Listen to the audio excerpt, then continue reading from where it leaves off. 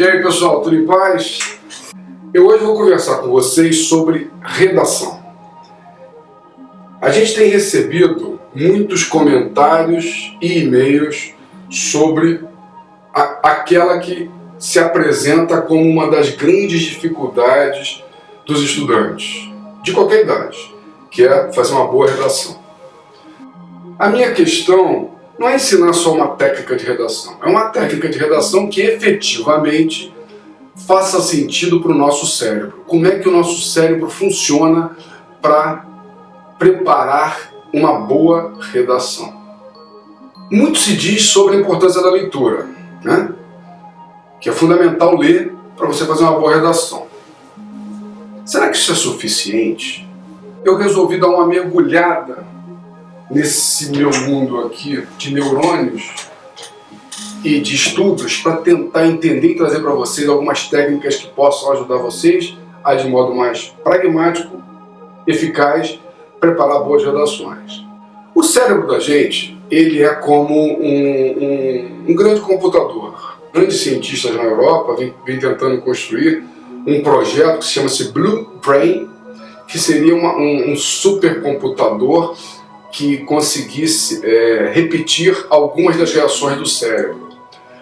Mas enfim, o que interessa é que o cérebro ele tem uma característica muito similar a um grande computador, pelo menos o que os neurocientistas conhecem até agora. E como tal, um computador ele só responde a informações que ele recebe. E o nosso cérebro também.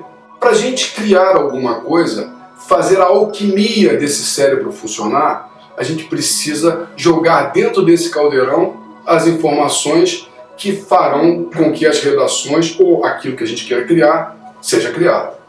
No caso específico da redação, a gente precisa de principalmente de três grandes itens. Um é a leitura.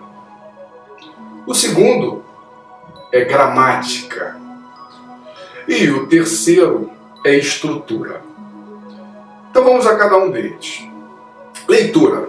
Se você já estiver perto de fazer o vestibular, muito provavelmente os temas que são escolhidos são temas da atualidade. Mas se você não tiver conhecimento do que está acontecendo no mundo nesse momento, ao sentar para você fazer sua redação no vestibular, o que vai acontecer? Você não vai ter conhecimento daquele assunto e vai ter dificuldade em redigir sobre aquele tema. Então a leitura ela vai depender do nível em que você se encontra. Se o seu filho ou se você é mais novo, você não tem ainda necessidade de leitura de assuntos da atualidade. Você precisa ter uma leitura a mais que vai enriquecer o seu imaginário, que vai jogar para a sua mente, para o seu cérebro, informações que vão te ajudar a construir mais à frente as redações de modo mais interessante. Então a leitura é fundamental. Dependendo da idade, você pode ler uma coisa mais simples e à medida que for se aproximando do Enem, do vestibular, ou de alguma prova, alguma coisa que você tenha que fazer, você precisa estar mais voltado para assuntos da atualidade.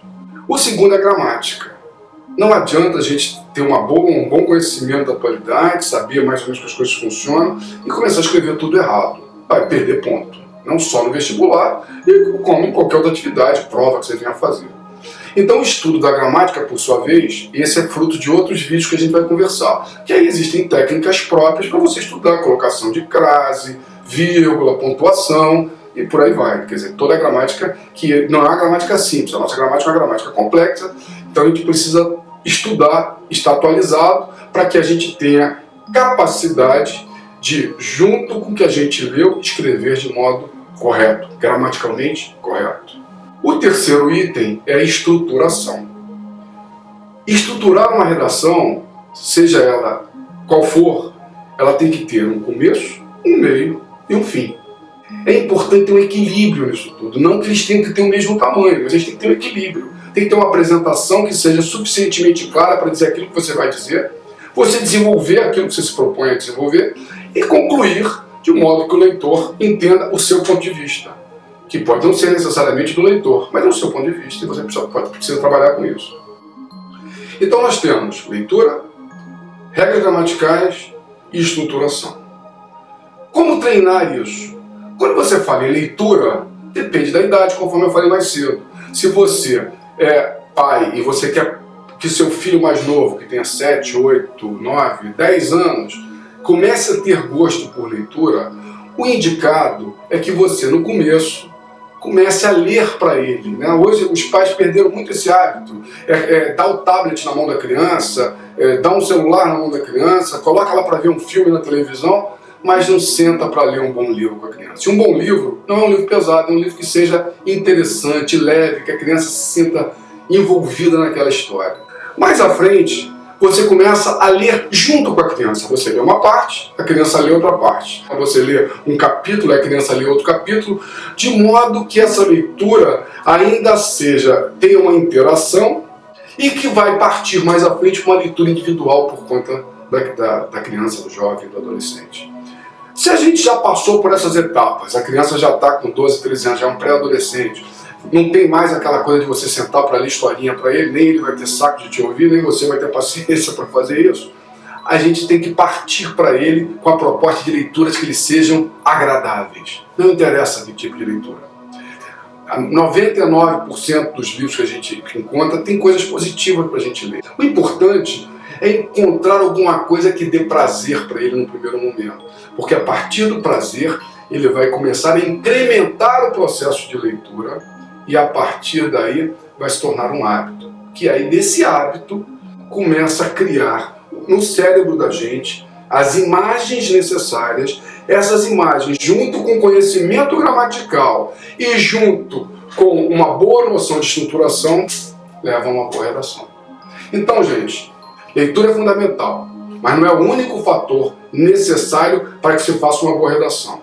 2. Conhecimento gramatical é fundamental, mas também não é o único fator necessário. E a estruturação de uma redação é aquilo que vai fazer com que ela tenha coerência.